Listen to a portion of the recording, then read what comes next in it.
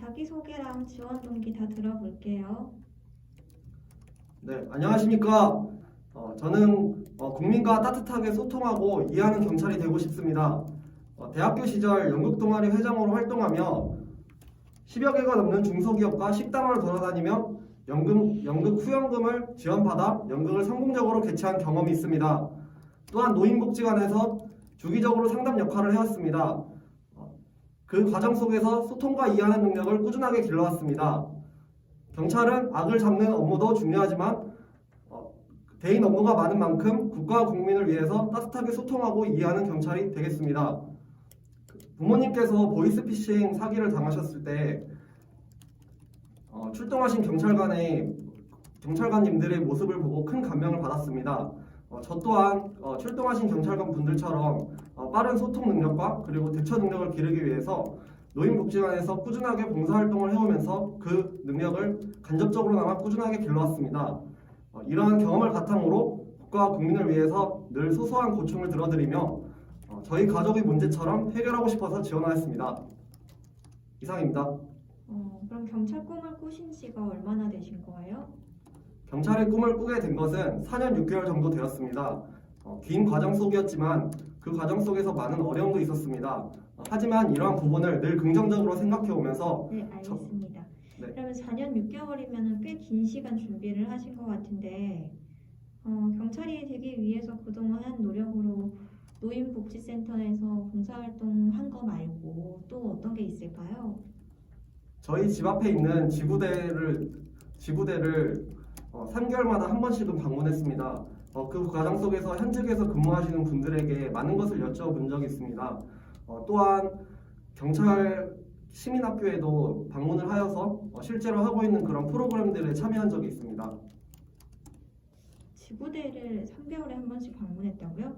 네, 지구대에서 하고 있는 그런 봉사활동을 지원을 하여서 제가 도와드리면서 같이 쓰레기를 줍고 그리고 또한 치안에 대한 그런 교육을 해주셨는데 그 부분에 대해서 제가 참여해서 PT를 들은 적이 있습니다. 인상 깊었던 내용은 뭐가 있을까요? 저희 현직에 계신 그런 지구대에서 근무하시는 분들의 그런 장고를 보여주시면서 또한 이것이 지금 발전하고 있는 나아가는 그런 과정들을 보여준 적이 있습니다. 예전의 장고와 그리고 현재의 장고들을 대비시켜주면서 현재 3단 퇴위직원과 그리고 이런 부분들을 보여주시면서 많은 것을 느꼈습니다. 경찰 장부의 문제점 얘기해 볼게요. 저는 크게 장고에 문제점은 없다고 생각합니다. 다만 그 겨울철에 장고를 활용할 시에 그 옷이 두꺼워서 잘 안 박히는 부분이 있다고 들었습니다.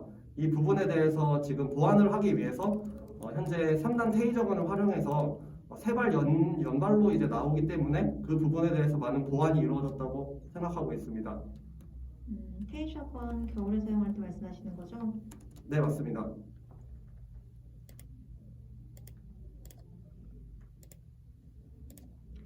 사전조사서에 힘들었던 경험으로 군 생활을 얘기하셨는데 군 생활 말고는 언제 좀 힘드셨어요?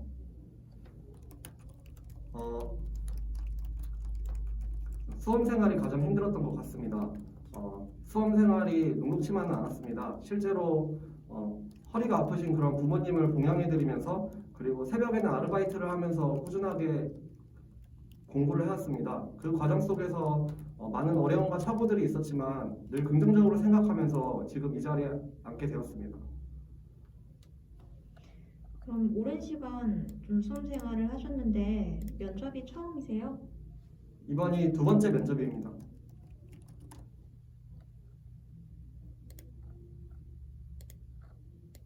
그럼 지난번에는 왜 합격하지 못했다고 생각을 하세요? 물론 표면적인 이유로서는 필기와 체력 점수가 조금 낮았습니다. 다만 이것은 굉장히 표면적인 이유라고 생각합니다. 하지만 그 과정을 뛰어넘어서 제가 경찰 공무원으로서 가져야 할 그런 가치관과 그리고 또한 마음 자세에 대해서 문제점이 있는지 늘 분석해보면서 공부를 해왔던 것 같습니다. 당시에는 악을 척결하는 그런 업무만이 경찰이라는 부분에 대해서 좀 생각을 해왔던 적도 있었습니다. 하지만 제가 다시 면접을 준비해 오면서 서비스에 대한 그런 제공 부분과 그리고 여러 가지 행정 서비스도 제공하고 있다는 점을 깨달으면서 제가 생각하고 있는 그런 경찰에 대한 부분들이 당시에는 조금은 부족했다고 생각합니다. 지난번에도 경기 남부에 지원하신 거죠? 네, 맞습니다.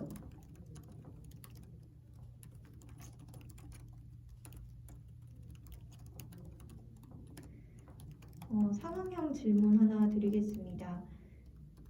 장애인이 계속해서 상습적으로 무단횡단을 합니다. 어떻게 하시겠어요? 장애인 분께서 계속적으로 상습적으로 무단횡단을 하신다면은 우선은 그만한 이유가 있을 것이라고 생각합니다. 그 부분에 대해서 제가 먼저 이야기를 들어드리고 또한 제가 모르는 부분에 대해서 파악을 해보겠습니다. 또한 상습적으로 무단횡단을 하신다는 경우는 우선은 위급한 경우이기 때문에 그 부분에 대해서 제가 도로교통법의 그런 규정과 그 부분을 설명해 드리면서 우선은 단속 절차를 하겠습니다. 다만 그 과정 속에서 굉장히 장애인 분께서 조금은 기분이 나빠하실 수도 있기 때문에 그 부분에 대해서 아주 유하게 말씀을 드리겠습니다.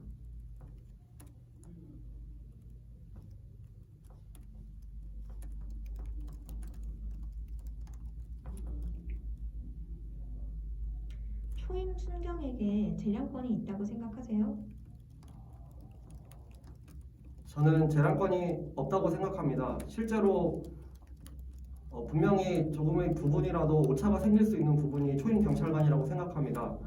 따라서 재량권을 사용하기보다는 선배 경찰관님들이 노하우를 받들어서 그 부분에 대해서 전문성을 꾸준히 함양하는 쪽으로 나아가야 된다고 생각합니다.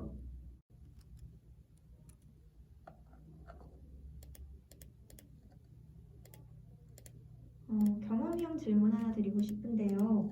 자제력을 잃었던 경험 있습니까?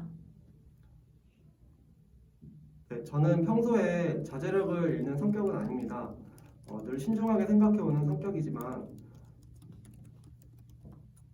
지금 생각을 해서 답변을 드리자면 그 수험 생활을 할 당시에 저만의 원칙이 있었습니다. 실제로 책상 앞에 앉으면은 절대로 졸지 않겠다라는 그런 원칙이 있었습니다. 하지만 수험 생활 얘기 말고 예. 다른 경험 없으세요? 그 20km 전국 하프 마라톤 대회에 나간 적이 있습니다. 당시에 제가 6개월간의 그런 꾸준한 노력을 통해서 준비를 꾸준히 해왔습니다. 하지만 대회를 앞두고 일주일 전에 제가 발목 부상을 당했는데 그 부분에 대해서 제 자신에게 너무 화가 났습니다. 따라서 당시에 샀던 그런 운동화를 파는 과정 속에서 많이 화가 나서 그 부분에 대해서 조금 자제력을 잃었다고 생각하고 있습니다. 하지만 이러한 부분들을 늘 긍정적으로 생각하며 그 부분에 대해서 다시 한 번 더 반성을 해보고 또한 이런 과정들을 발전의 기회로서 삼아야 된다고 생각합니다. 신발은 왜 팔았어요? 다음에도 쓸 수 있을 텐데.